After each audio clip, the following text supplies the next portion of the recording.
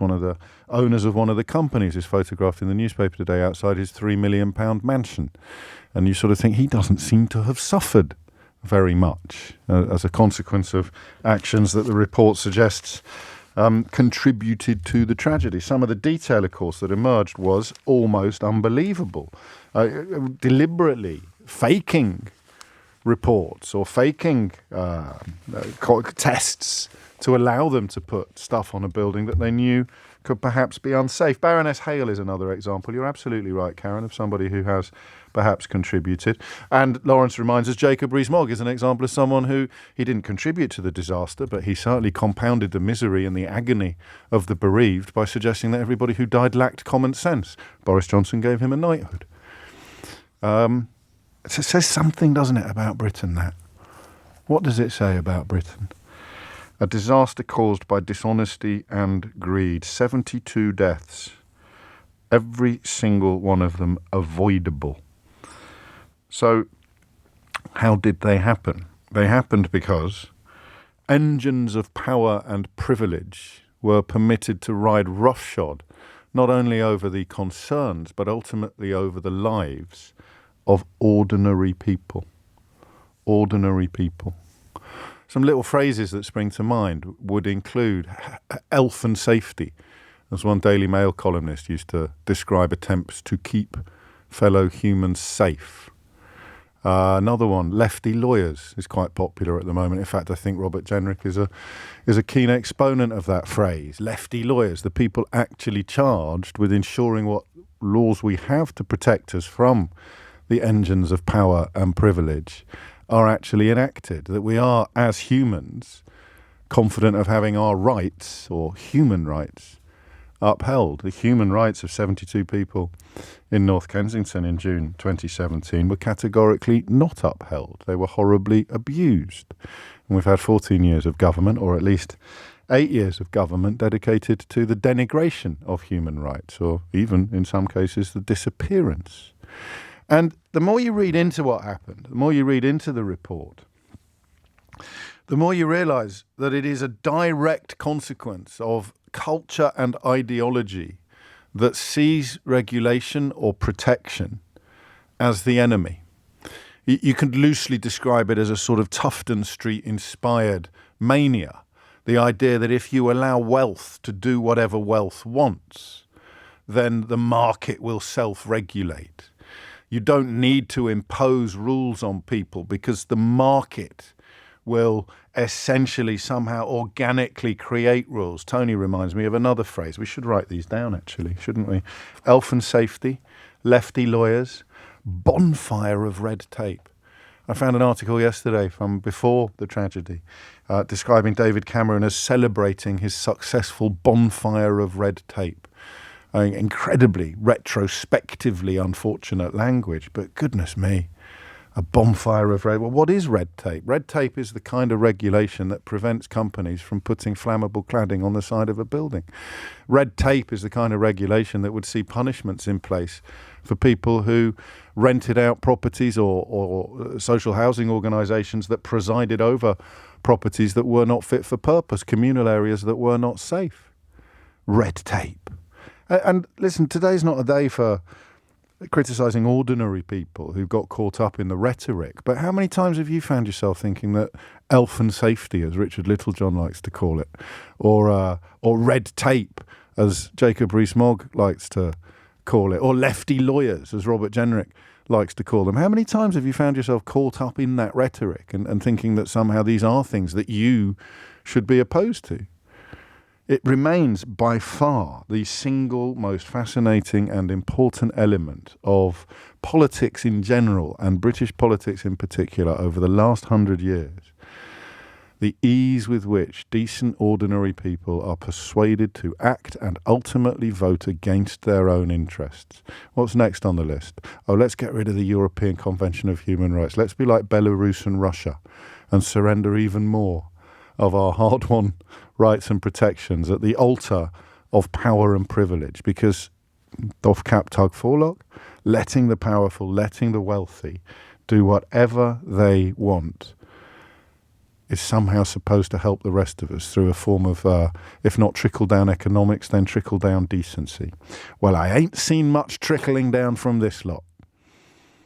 And I hope their collars are felt sooner rather than later, although everybody seems to be relatively philosophical about the necessity of due process. Lucy Easthope, an emergency planner who's written a superb book called When the Dust Settles, and who spoke to me a little bit on the Full Disclosure podcast about Grenfell. She disagrees. She believes that the police inquiry could have unfolded either alongside the Martin Morbick inquiry or independently of, and I don't know, she knows more about this stuff than I do, but the fact is that the Metropolitan Police appear determined to pursue culprits, some of whose names are now known and are on the public record. So this is a strange question, but it's a really important one. I want to know how surprised you are to learn that incompetence, dishonesty and greed practiced by wealthy business people and right-wing politicians and council employees on good scratches, on good whacks, but essentially being rewarded for diminishing the quality of service they provide to their clients. I want to know how surprised you are by what you've learned over the last 24 hours. And perhaps you haven't learned anything, in which case you won't be surprised. But I am shocked to my core, even though I knew most, if not all, of what was coming. But am I surprised? This is the country of Hillsborough. Margaret Thatcher's chief press advisor, Bernard Ingham, went to his grave a couple of years ago, still refusing to apologise for claiming that the Hillsborough tragedy had been caused by Liverpool football fans. The Sun newspaper carried a front page stating the truth, even though the editor was told by the journalist that wrote the article that that was an unconscionable and unjustifiable headline. Again, Rupert Murdoch, who of course was very much in bed with Margaret Thatcher's government, did nothing to punish the despicable human being responsible for that front page. So my surprise is mitigated by my knowledge of what's gone before.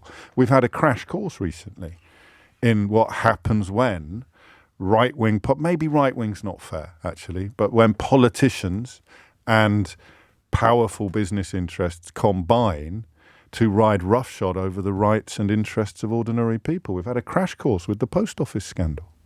The detail of that, and remember, a lot of people think there was a racist element to that scandal as well, just as many of us believe there was a profoundly racist element to the Grenfell Tower tragedy. But the scale of the post office scandal, the attempts at cover-up, the knowledge of people at the top of the pyramid that what was happening was unconscionable, and the failure, were it not for a couple of journalists, to bring it into the light, which brings us back to Dave in Shepherd's Bush yesterday. He said, what if they hadn't written it down? They'd all sound mad if they'd been running around after the fire saying, I told you this was going to happen, I warned you. But they wrote it down. It's all there in black and white. So I don't want to ask a depressing question necessarily in terms of will we learn from this, or will we be sitting here in 10 years discussing another tragedy which gets filed under the headline, it must never be allowed to happen again, although I'm kind of interested in that. But what does this tragedy tell us about our country? What does this inquiry tell us about modern Britain? Or Britain, actually. It doesn't have to be modern at all. And that's why I want to know whether or not you're surprised, and if not, why not? And bring whatever you want to the party. It might be Windrush, it might be the infected blood scandal, it might be the post office scandal, it might be Hillsborough. But I think if you'd come to me 20 years ago and talk to me about the establishment conspiring with engines of power and influence to keep the British public in the dark, I'd have thought you were a little bit nuts. I think if you'd come to me 20 years ago to tell me that a tragedy like this displays a pattern of institutional behaviour, that institutions are dedicated to self-promotion and self-protection, and the rest of us are chaff, fodder, sometimes ammunition, I don't think I would have believed you. I had a little bit more faith in the notion of society than I have today, which is why I feel such a burning debt to Sir Martin Moore-Bick, such a deep sense of gratitude to somebody stepping up. And his brother was in the army as well, so they're obviously raised with a notion of public service, public duty that's profoundly lacking from many corners of our country today. So I think 20 years ago, if you'd said to me that all of these things essentially speak to the same fundamental truths about our country, the Bloody Sunday cover-up and the whitewash inquiry that followed, the infected blood scandal, the Hillsborough tragedy, the post office scandal, you can't see them. Even Orgreave, I think, gets included on this list, and there will be other stories as well. I don't think you can see them in isolation. I think you can see them as part of a pattern of power and privilege conspiring with engines of influence. Because remember, you kind of rely upon corrupt journalism to get away with some of this stuff. Margaret Thatcher's press secretary claiming to his grave that Hillsborough was the fault of Liverpool fans.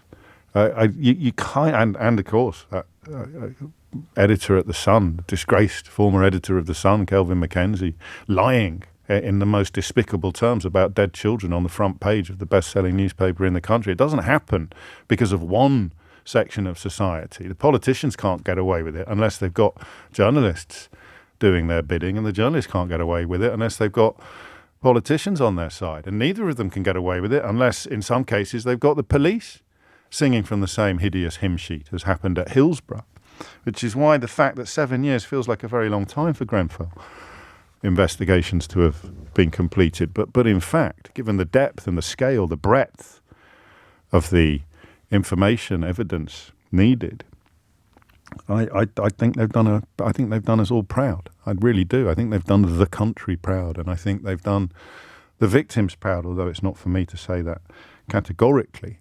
That's my belief. That's my opinion. You're welcome to disabuse me of it. But that's why I want to talk about surprise.